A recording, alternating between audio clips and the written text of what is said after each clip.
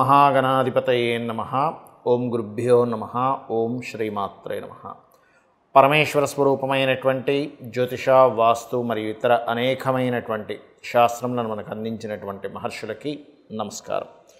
హయగ్రీవ హయగ్రీవ హయగ్రీవేతి యో వధేత్ తస్య నిస్సరతే వాణి జహ్నుకన్యా ప్రవాహవత్.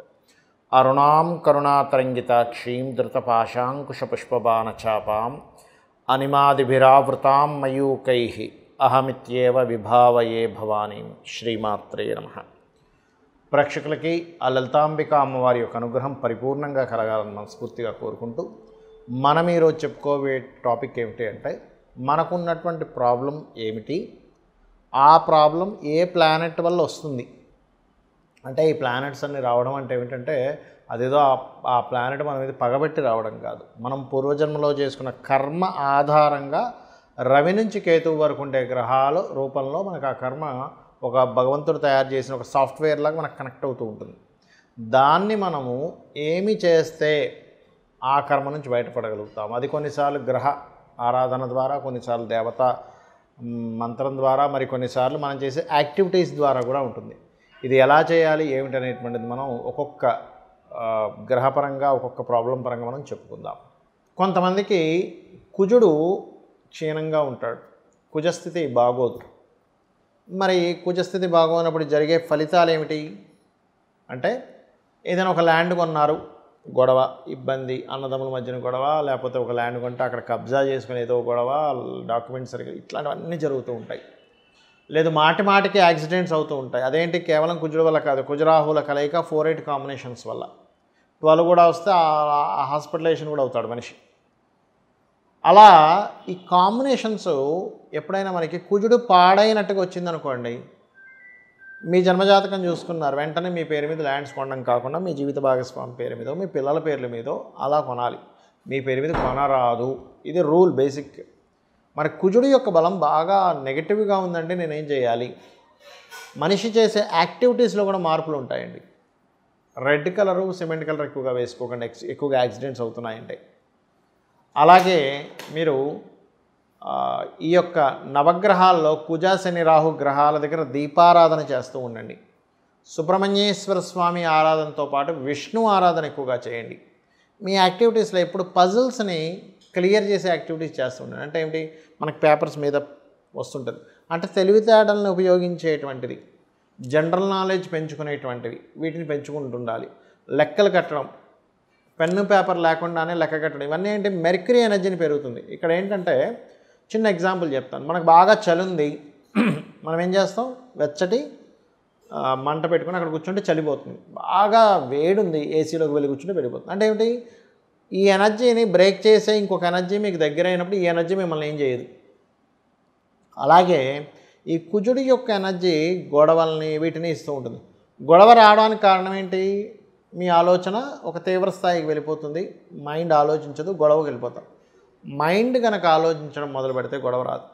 అంటే ఏమిటి, లాజిక్స్ ఆలోచించడం మొదలు పెడుతుంటే గొడవ అనేటువంటిది రాదు. ఇక్కడ మీరు గమనించినట్లయితే ఈ యొక్క బుధగ్రహాన్ని యాక్టివ్ చేసేవి ఏమిటి అంటే, లాజిక్స్, ఫ్రెండ్స్, అంటే మంచి ఫ్రెండ్స్, పిచ్చి పిచ్చి ఫ్రెండ్స్ కాదు, ఏదో రోజు పదరా అని చెప్పి బారుకు తీసుకెళ్ళిపోయే ఫ్రెండ్స్ కాదు. ఎవరో ఉంటారు కొన్ని వాళ్ళ దీన్ని బట్టి మంచి ఫ్రెండ్స్, అంటే మీ శ్రేయస్సు కోరేవాళ్ళు, మీరు వాళ్ళ యొక్క శ్రేయస్సు కోరేవాళ్ళు. మంచి ఫ్రెండ్ అంటే ఇక్కడ అర్థం అదేదో ఇద్దరూ కలిసి చేసినంత మాత్రం చెడ్డ ఫ్రెండ్ అని కూడా నేను చెప్పట్లేదు. అలా ఉండి కూడా మంచి ఫ్రెండ్స్ ఉండరని కాదు. కాకపోతే కొంతమంది ఎలా ఉంటారంటే, అతనికి ఏ అలవాట్లు లేకపోయినా సరే మిమ్మల్ని లోపల జాగ్రత్తగా మీ దగ్గర ఉన్న డబ్బులు ఎలా కొట్టేయాలి, మీ దగ్గర నుంచి ఎలా యూజ్ చేసుకోవాలనుకునే ఫ్రెండ్స్ కూడా ఉంటారు. ఆ ఫ్రెండ్స్ విషయంలో కూడా కొంత జాగ్రత్తగా ఉండాలి.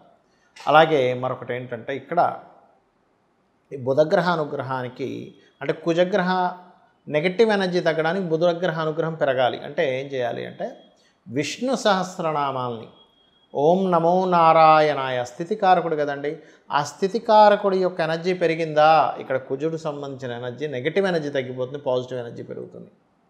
కాబట్టి ఇలా చేయాలి. అలాగే కందులు దానంగా ఇవ్వడము, గోవుకి క్యారెట్లు, బీట్రూట్స్ లాంటివి తినిపించడము. ఆ సమయంలో ఎక్కువ కుజుడు ఎనర్జీ నెగిటివ్గా వస్తుంది అనుకోండి, కందులు మానేయాలి, కందులు ఎక్కువగా తినకూడదు.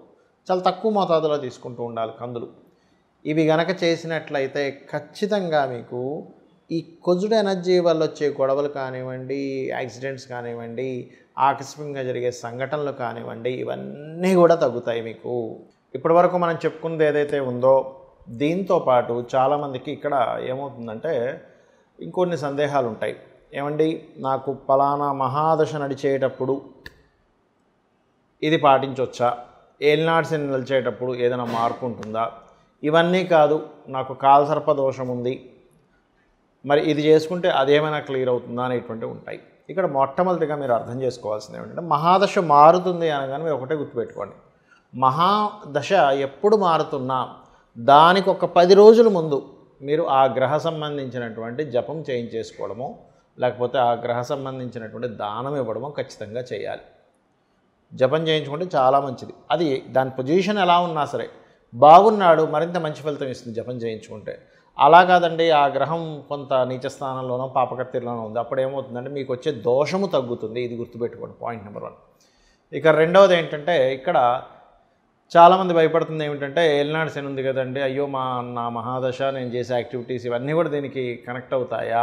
ఒకటే గుర్తుపెట్టుకోండి, ఏలినాడు శని మీకు ఉంది అంటే సింపుల్, దానికి ఓ కంగారు పడక్కర్లేదు. ఏలినాడు శని అనగానే మనం అందరం ఏమనుకుంటామంటే ఏ పనిలో అవ్వనుకుంటాం, కాదు, శ్రమతో ప్రతి పని అవుతుంది. నేను మీకు గతంలో చాలాసార్లు చాలా ఉదాహరణల్లో మనకి సీఎంలు పిఎంలు అయిన అన్నీ కూడా ఏలినాడు శని, అర్ధాష్టమి శని, అష్టామ శనిలోనేనండి అన్నాను, మీకు గుర్తుండే ఉంటుంది. ఎందుకు? బికాజ్ ఆఫ్ ఆ ప్లానెట్స్ అక్కడ ఆ రకంగా రిజల్ట్స్ ఇవ్వడం స్టార్ట్ చేస్తుంటాయి. అంటే శ్రమకారకుడు కాబట్టి శ్రమ ఇవ్వాలంటే వాళ్ళు ఆ పోస్ట్లో ఉండాలి. ఉద్యోగం వస్తుంది, పెళ్ళి అవుతుంది, సంతానం కూడా కలుగుతారు ఈ ఏలినాడు శని, అర్ధాష్టమి అష్టమ శనుల్లోనే.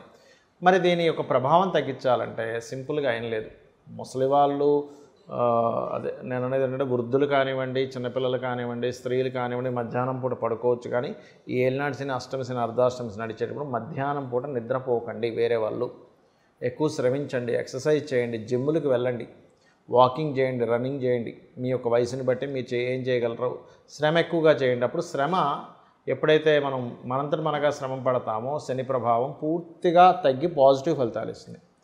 ఇక సర్పదోషాలకు ఆల్రెడీ గతంలో నేను మీకు వీడియో చేశాను. ఒకటే సింపుల్ లాజిక్ చెప్తాను, సర్పదోషం మీకు ప్రభావం పడకుండా ఉండడానికి ఒక మంచి లాజిక్ మంచి పరిహారం చెప్తాను. సింపుల్గా ఏం లేదు, నవగ్రహాలు ఉన్నాయి మీకు దగ్గరలో, చక్కగా వెళ్ళి రాహుకి కేతుకి దీపారాధన చేసి నమస్కరించుకోండి భక్తితో. ఆ రాహుకేతువులే చూసుకుంటాయి, ఎందుకంటే అది సర్ప సంబంధించినవే కదా. ఇక రెండవది, రావి చెట్టు వేప చెట్టు చుట్టూ కలిసి ఉన్నటువంటి చెట్లు ఉంటాయి మనకి, ఆ కలిసి ఉన్న చెట్టు లేదా కనీసం రావి చెట్టు ఉన్న చుట్టూ మీరు ప్రదక్షిణం చేయండి, సర్పదోషం ఖచ్చితంగా పోతుంది. లేదండి నాకు కాళహస్తి వెళ్ళగలను, నాకు ట్రావెలింగ్స్ అంటే ఇంట్రెస్ట్, నాకు వెళ్ళే స్కోప్ ఉంది, నాకేం ప్రాబ్లం లేదనుకుంటే కాళహస్తికి వెళ్ళిరండి ప్రతి 6 నెలలకు ఒకసారి. ముఖ్యంగా సర్పదోషం ఉన్నటువంటి వారు ఎప్పుడు కూడా ఆవేశపడకూడదు, కోప్పడకూడదు. ప్రభావం అంతా కూడా దేని మీద ఇస్తుందంటే మీరు ఆవేశం, కోపం, మీ అసహనాన్ని వ్యక్తం చేయడం ద్వారానే అది బ్లాస్ట్ అవుతుంది. ప్రాబ్లం అక్కడి నుంచి క్రియేట్ అవుతుంది, గుర్తుపెట్టుకోండి. సర్పం బుసగొడుతుంది చూసారా, అంటే దాని ఫస్ట్ సిమ్టమ్ అక్కడి నుంచి ప్రారంభం అవుతుంది. కాబట్టి ఆ విషయంలో చాలా జాగ్రత్తగా ఉండాలి. మెడిటేషన్ చేస్తుండాలి, శ్వాస మీద ధ్యాస పెట్టండి.